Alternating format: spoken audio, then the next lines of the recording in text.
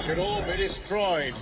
Hello, everyone, and welcome back. It has been a couple of weeks since I've uploaded anything to the channel. Move it closer to the microphone. It's been a couple of weeks since I've uploaded anything to the channel, and I apologize for that. It is last week I had a reasonable excuse. I was on vacation. The week before that, I just wasn't feeling it. Like, I did sit down to record Metal Gear Solid 2, and I wasn't happy with the playthrough. I wasn't happy with my commentary, so I just decided to scrap it and try it again at a different date.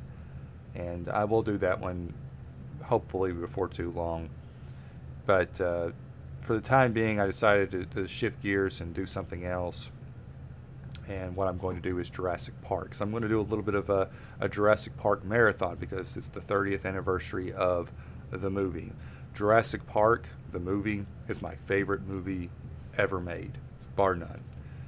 And I thought I would show my appreciation for the movie by playing some of the games, because I think the games don't get their due credit. I think they're a lot better than they're given credit for, and I wanted to play some of them and talk about them. So for today, I'm going to do one that I really didn't grow up with, but I really love nonetheless, and that is Jurassic Park Arcade, or Jurassic Park the arcade game by Sega that came out in like 1993, 1994. And it's very good. It's a mindless shooter like most other arcade shooting games, but it's a lot of fun, and it's a very nice looking game too. So we're going to jump right into that. So doing Jurassic Park Arcade today. I don't know if I'll get around to doing any more videos this week. I think going forward I'm probably going to limit my schedule, my uploading schedule, to one day a week. Because I, you know, like most of you guys out there, I work 5 days a week, 40-hour week, and I don't want to spend both of my nights doing recordings and stuff like that, because it is time consuming and I don't usually get anything else done. So if I just do it on one night, it's not as much of a commitment, and I'm just doing it for fun anyway. Right now I don't have any tutorials in the works, anything I can do right now that I know of. I try, when I do tutorials, I want to try and offer something that no one else is offering or no one else has done videos on. Like, I can do my own version of some kind of tutorial on how to get this game to work, or how to fix this on this system or on PC or Steam Deck, whatever the case may be, and maybe do like a shorter version of it, and some people might appreciate that. But I don't know, for my own personal reasons, I'd rather just try and do videos on stuff that no one else is doing. When it comes to the gameplays, this is for my own enjoyment. It's a way for me to play games that I grew up with and to express my thoughts on them, express my love for them, and share that love with other people. With this one specifically, like I said, I didn't necessarily grow up with it. I do remember seeing the arcade cabinet when I was a kid. The local Walmart had it when they used to have like a little arcade center, which I think they've started bringing those. They've started bringing those back recently, and that's pretty cool. But they don't have like none of the old school games like this. And I haven't seen this arcade cabinet in years, which is unfortunate. I wish that Sega, and maybe they don't have the rights to do it anymore, but I wish that Sega would or could re-release the arcade cabinet, do like a new version of it, keep the artwork and stuff intact, but just, you know, make more of them, basically. Because the arcade cabinet is a thing of beauty. There's very few things in the world that are more iconic than the Jurassic Park logo and some of the Jurassic Park artwork. With this game specifically, and like the Sega Genesis game, they have that beautiful like sunset over the jungle of Isla Nublar. I'm probably mispronouncing that. With the silhouette of the trees at the bottom, and the yellow Jurassic Park logo, which is my favorite version of the logo, by the way. I love both logos, but like the yellow one's a little bit more. And God, that arcade cabinet is just gorgeous. It's one of those things where if I were a rich man, I would own that thing. And for those who have never seen it, aside from the artwork, the way the arcade cabinet works is it's like a roller coaster ride. As you can see in the game, you're basically like on riding on, I guess, one of the Jurassic Park Jeeps, or maybe the Ford Explorer, and it's on rails. You're just driving through the park, basically. The actual arcade cabinet is like a cockpit. It has a seat that you sit in, and it has a seat that you sit in, and it has two joysticks. So it's not a light gun game like most other on-rail shooters. It has joysticks instead, which is it's an interesting choice. I think it's pretty cool. Like I said, I don't think I might have played it once when I was a kid back then. I know I probably at least sat in the thing, but I haven't seen one since. There's a new like Jurassic Park arcade game that exists that's made by a company called Raw Thrills, and anytime I go to an arcade now, I always play that, and I've played it through from start to finish. It's very good. It's a lot like this one, but everything's like in 3D. But yeah, this game is really nice. Really nice, really good graphics, I think, that really hold up. Like, most of it's like sprite work, they're not 3D models. Excuse me, I think certain assets in the game are 3D, but not, but the dinosaurs are like sprites. But it's kind of hard to tell. But it's a nice looking game, I think. So it's not very long, it'll only take me about 20 minutes to beat.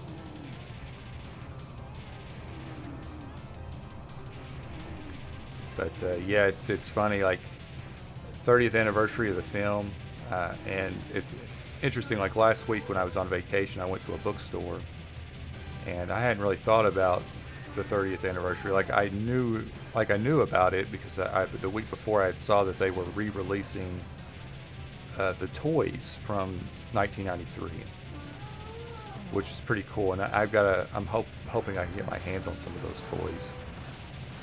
They got the red T-Rex and the Dr. Grant and Ian Malcolm figures. I want to get those. But last week I wasn't really thinking about it too much, and I went to a bookstore and I found the Jurassic Park novel that the movie is based on, the Michael Crichton book. And I've never read that book, and I'm reading it right now. Found it for $10, brand new. And so I'm very much enjoying it. It's cool to see the differences between the book and the movie. And I'm not much of a reader myself. Like I've gotten into audiobooks in the last couple of years.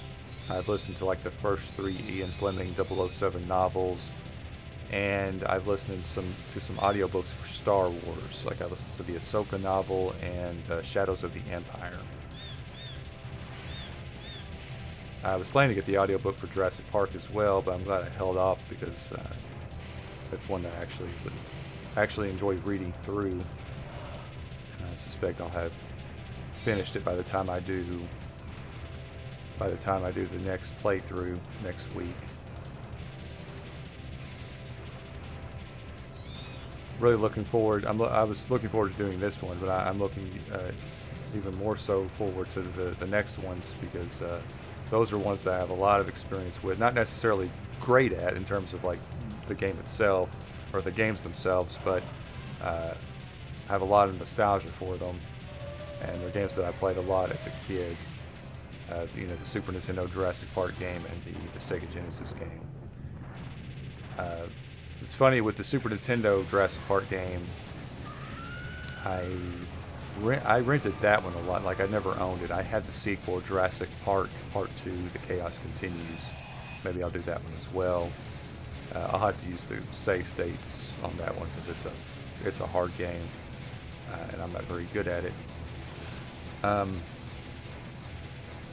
But yeah, with the first one I never owned it, but I rented it a lot, and there's a conversation to be had about like the greatest movie tie-in games, and I think for most people, myself included, GoldenEye would be at the top of that list.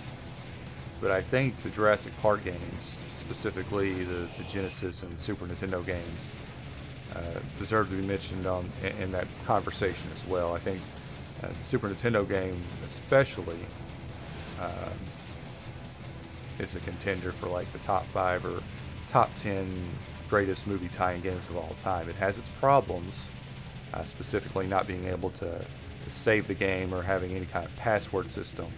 You know, that's rectified now with emulators, but you know, you have to look at the original version of the game and it didn't have that. And that game is kind of like a Zelda sort of experience, where it's not a side-scrolling action game. It's an overworld sort of adventure game where you're going through the park, and it's kind of open world, like you can kind of go wherever you want to for the most part, as you know, unless you don't have the key card to get to a certain area.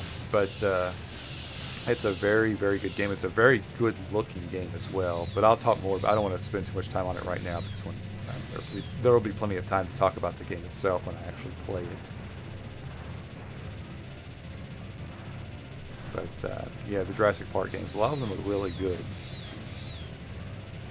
And you know, it's a mixed bag. You have games like Jurassic Park Trespasser, which was an ambitious game, and it's one that I would like to play, but it's not a good game. And I know there's been like a lot of like sort of smaller scale titles that have come out in between these games and some of the more recent ones. A lot of the recent titles have been really good. Lego Jurassic World comes to mind. That's a good one. Jurassic World Evolution 1 and 2 are fantastic. I have both of them. I really need to get into playing the second one. I bought that on Steam, and I've got it installed on my Steam Deck. I just haven't played it that much yet, because there's a Jurassic Park mode where you can, it's like you take like the part from the first movie and you try and make it work, basically, or try to, it's like a retelling of the first movie or something like that. That's something I got to get into, because I feel like I'm going to enjoy that quite a bit. I played the crap out of the first one on my Nintendo Switch.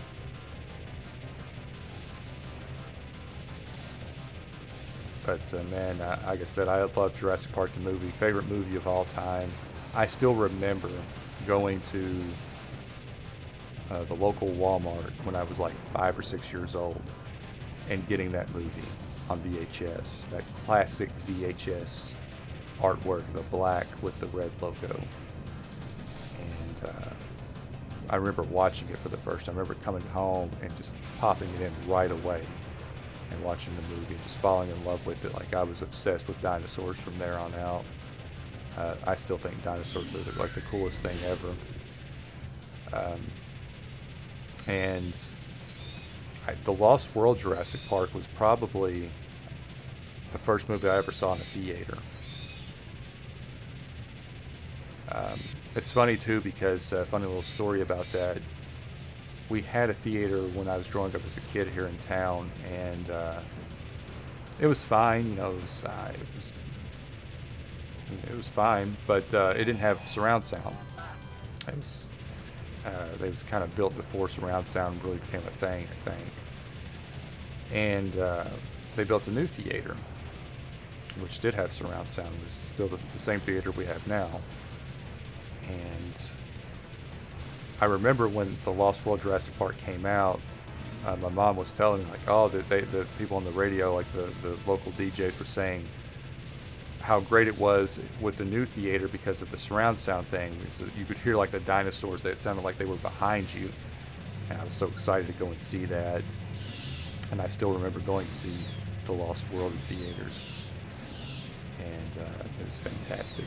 The movie itself, I have my issues with, but I have a lot of nostalgia for it too, just because, again, it was the first movie that I saw in a theater.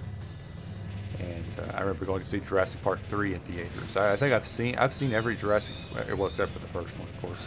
I've seen every Jurassic Park movie except for the first one in theaters. So no way, I take that back. I didn't see Jurassic World in theaters. Dang it. So I've seen all but 2 of them. I hate blowing these up. But yeah, I'm a big Jurassic Park fan, and I'll probably talk more about the movies and stuff as when I do some of the other playthroughs.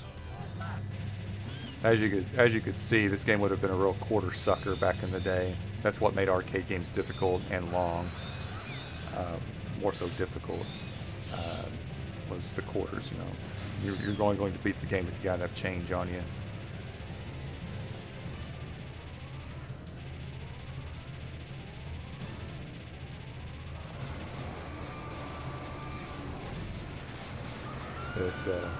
It's a lot of fun. I wish and if I get a joystick that I can play this with, I need to get two of them. That way I can do like co-op, because it is a two-player game. Like with the original arcade, you had a person sitting next to you. Also, I think I forgot to mention this with the arcade, the seat would move up and down, so it gave you kind of try to make it a more authentic experience, or try to immerse you into the world a bit. Like look if you've never seen it before, look the arcade cabinet up on YouTube. There's videos of it. It's a lot of fun to see.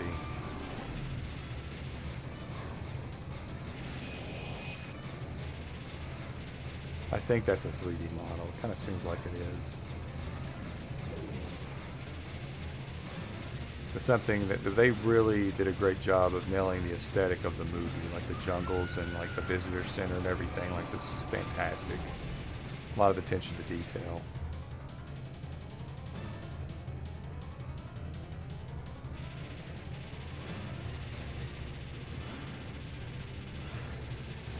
This is the last bit right here. We just have to take him down.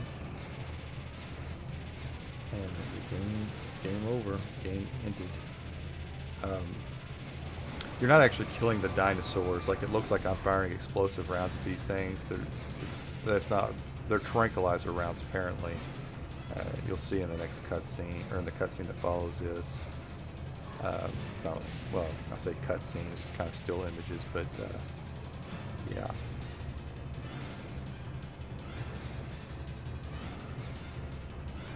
That's kind of the funny thing when you think about it, like the movies, especially like from like the Lost World Jurassic Park onwards, they were really all about like animal rights and animal preservation and everything. But like all of the video games from like the first movie, first two movies really, were just you blowing the dinosaurs away. So yeah, you really just putting them to sleep, and they're putting them away and putting them back in their paddocks and everything. So yeah, there you go.